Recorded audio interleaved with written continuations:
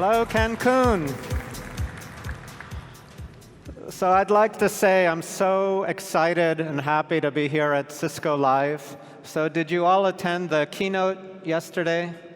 The message was fantastic and meaningful to me. It was about digital transformation, and it said now is the time. Now's the time for what? It's the time to lead. It's the time to innovate. It's the time to disrupt. And so I figure if someone like me, I had never started a company in my 40s. I didn't know what I was doing. I had never taken a business class. I didn't know anything. If someone like me can help innovate, can help disrupt, then I think everybody in this room can do that. There was also a message in the keynote yesterday of social activism, social change. And so I'm known for having helped start Siri, but I helped start a company called Change.org, which is the world's largest petition platform. 165 million people. If you see something wrong, you can go online, you say, this is what's wrong. People agree or disagree, but they vote, and then change happens. So try to go out, disrupt, take your vision, your passion, make things happen in the world at large scale. And if I can do it, you can definitely do it. So today, I'm going to take you on a journey, the journey of Siri. And we're going to do it in an interesting way. We're going to explore the future by going back in time. And people say, what? And so the reason is, I say everybody knows the Siri that we have in our phone today. And it's great. People tell me, my kids talk to it, they use it for their homework, for many things. But could it be more? What could be more? And I say, well, did you know that when Siri came out in 2011 by Apple, it was wonderful. But the version we had in 2010 was so good, it did things that never made it into the 2011 version. It was so good, Steve Jobs called the company out of the blue, a tiny little startup company. So that's unusual. And then there was a version before that that was so good, it did things that never made it into the 2010 version. So I'm going to take you back in time, the story behind Siri, to understand the future of the automated assistant. What's going to happen now? And this future, it's not just interesting. I think it will be important to everyone here, as important as the internet is important as mobile is important. I think the assistant will be a paradigm in the next 2 to 3 years that will change everyone's life in this room. And we're going to explore that. So come with me on my journey. So as I mentioned, we're going back to the future to understand the future by looking at what came before, the past. And as Steve Jobs said, you can't connect the dots looking forward. You can only understand them, you can only connect them by looking backwards. So, to travel into the future and to the past, we need a time machine. So I've imagined, this is maybe the Apple Watch version, 23 or something like that. It's a little bit more digital than the current, or analog than the current Apple Watch. But on a watch like this, a timepiece, of course, it should have a time machine. Apple has a product called Time Machine, but it's not in their watch yet. And of course, our timepiece of the future should have Siri in it.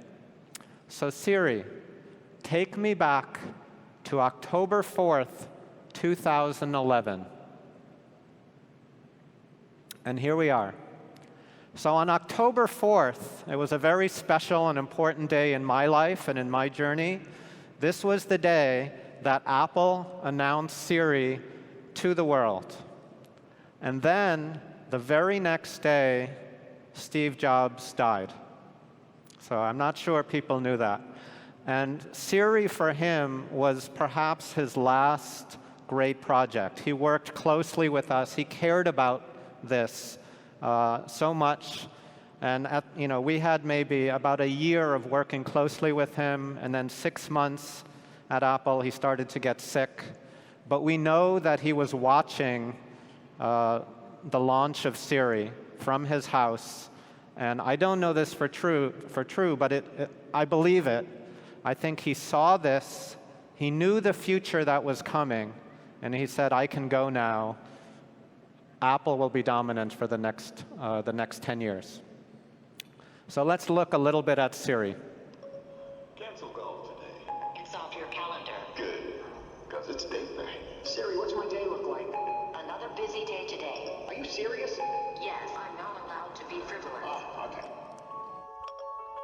We have a flat tire. How do I tie a bow tie again? What's the fastest way to Hartford Hospital? Do I need an umbrella in New York this weekend? Remind me to call Chris when I get home. Move my meeting from 3 to 4. What does a weasel look like? Is it cold in Santa Fe, Raleigh, Cleveland tonight? Really cold, down to about 14 degrees. What is the weather like today?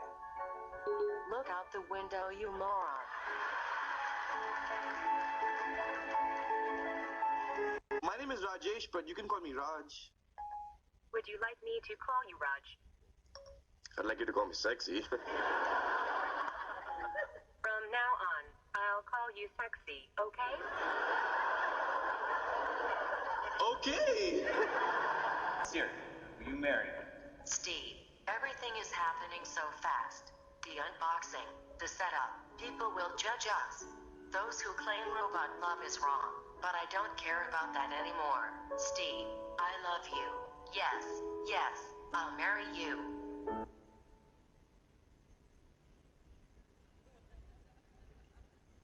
Congratulations. So as you see, when Siri came out, it became very, very popular. There were commercials on TV, there were speakers on late-night TV, and there were hundreds, maybe thousands of fan videos. So someone here showed me one yesterday. I don't know if you've heard of it, called Hot Siri in Mexico. If you haven't seen it, go take a look. I think it's very funny with all the different regional Mexican accents talking to Siri. So Siri came out, and on that day, October 4th, let me tell you what it felt like for me. This is a tool that in my life I always use, and maybe you can too. So when I'm working on something, when I'm fighting for something, I try to imagine and visualize what would success look like. And so when we started the company Siri, it was just a few people, and I walked into an Apple store, and we were trying to build an Apple product, and I saw on the wall there were these icons in the Apple store of all the big guys. There was Pandora, there was Skype, there was Google. And I said, what would success be like? If this works, someday, Siri will be right there on the wall of an Apple store. And it was the biggest vision, the biggest dream I could imagine at this time.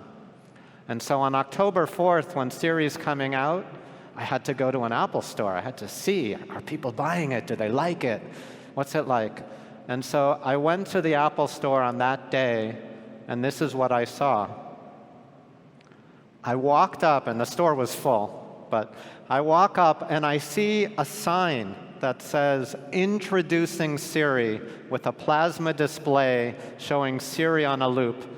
And the juxtaposition gave me chills, because I remember wanting to be one icon out of 100.